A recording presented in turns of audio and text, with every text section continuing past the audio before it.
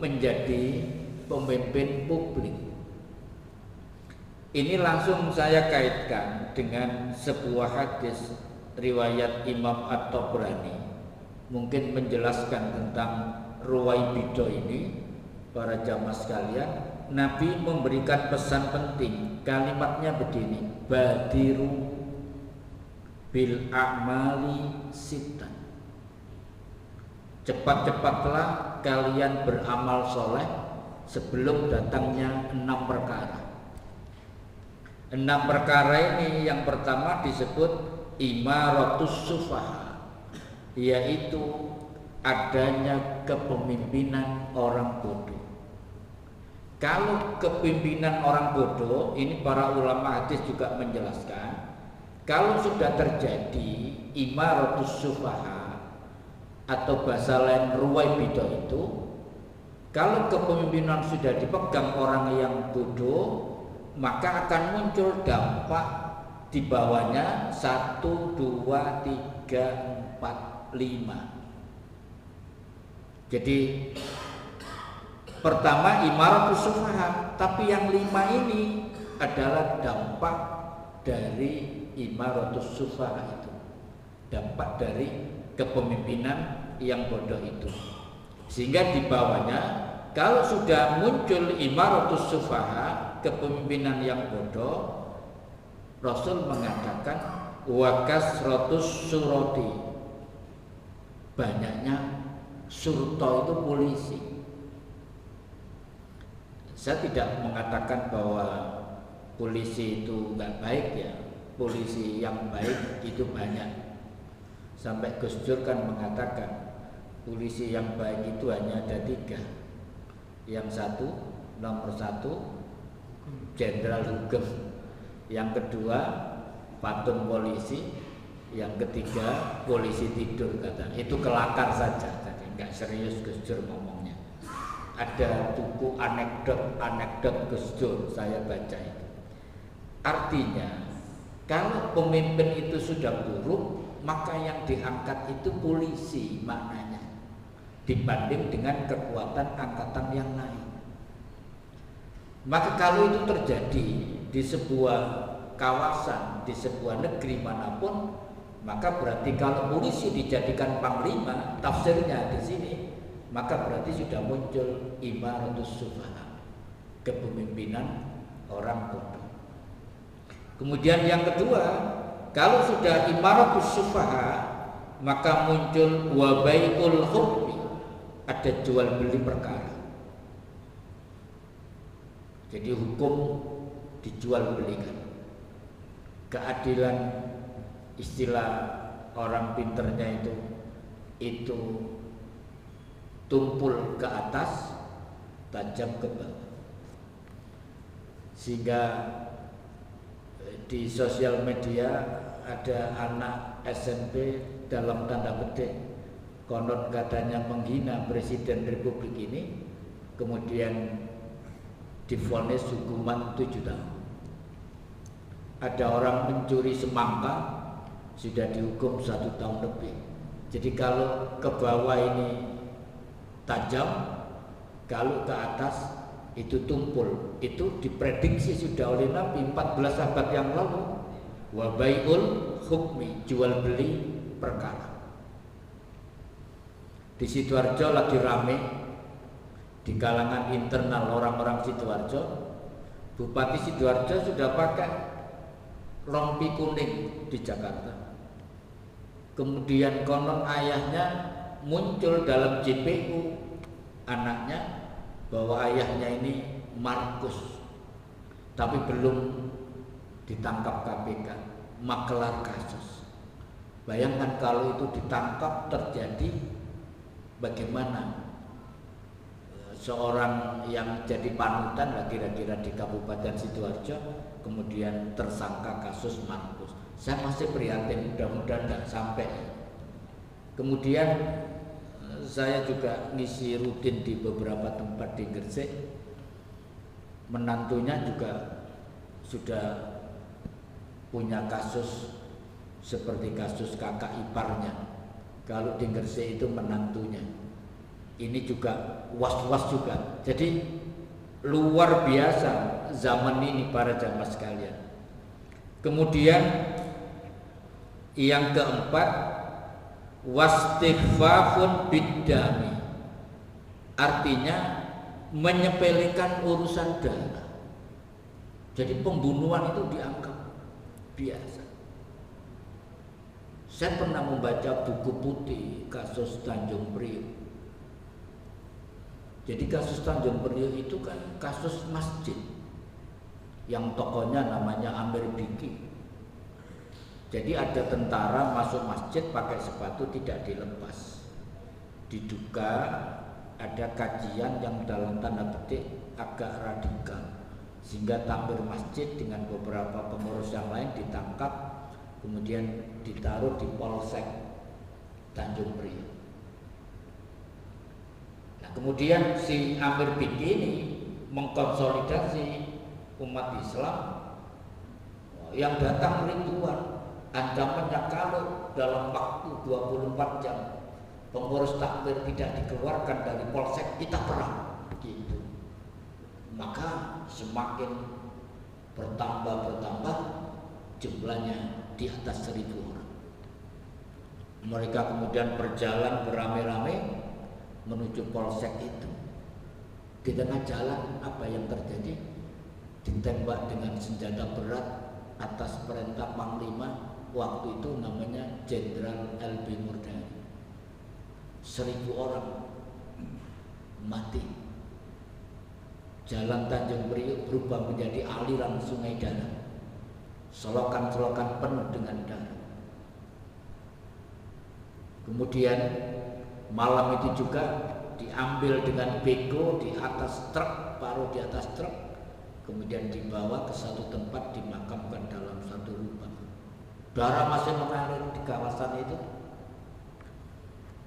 Jenderal ini kemudian memerintahkan akan dibersihkan dengan mobil pemadam kebakaran. Ya namanya mobil sudah bersih. Paginya jenderal ini pergi ke situ pondok untuk berkunjung di pondok. Dia mencium tangan kiai, seakan-akan tangannya tidak berlumuran darah. Jadi apa? Wastighfafun biddah. Kalau sudah rusak zaman itu, darah itu jadi biasa, pembunuhan. Kan kita masih hangat-hangatnya kan? Laskarnya Habib Rizik itu penembakan yang ke-14 lolos, tapi yang jadi korban 6 laskarnya yang dipantai dengan sadis. Dan sampai hari ini nggak ada hukumnya. Apakah yang menembak ditangkap, diadili? Tidak ada. Jadi sangat eksplisit apa yang disebut oleh Nabi, bahwa zaman edan itu sudah darah dianggap biasa, nyawa itu murah. Nauzubillah summa nauzubillah itu sebetulnya. Kemudian yang keempat, waqati'atur rahim. Kalau sudah imaratus sufaha, itu banyak orang yang memutuskan hubungan silaturahim. Ya kita bangunlah silaturahim itu. Jangan sampai terputus hubungan silaturahim dengan kerabat, dengan tetangga, dengan jamaah. Ini kita bangun kekuatan silaturahim. Kemudian yang terakhir ke-6, Nabi mengatakan begini, wa naswun yattakhidunal Qur'an mazamira. Anak-anak muda menjadikan Al-Qur'an itu sebagai nyanyian. Ini harus dijelaskan apa hukumnya melakukan Al-Qur'an. Qiraah itu apa hukumnya? Para ulama berbeda pendapat. Kalau Imam Malik, Imam Ahmad bin Hambal itu tidak boleh melakukan Al-Quran meliuk-liuk itu. Tapi Imam Asy-Syafi'i, Imam Hanafi boleh.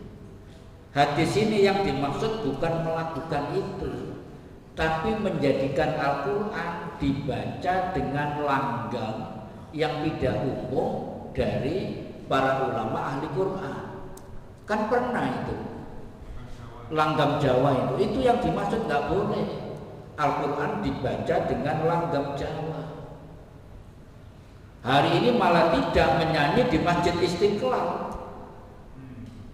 Itu sudah parah. Jadi kita ini sudah keluar dari nilai-nilai ajaran Al-Quran dan nasional, sudah terlalu jauh. Menyanyi di masjid pakaiannya seperti Sinterklas, sudah mengerikan.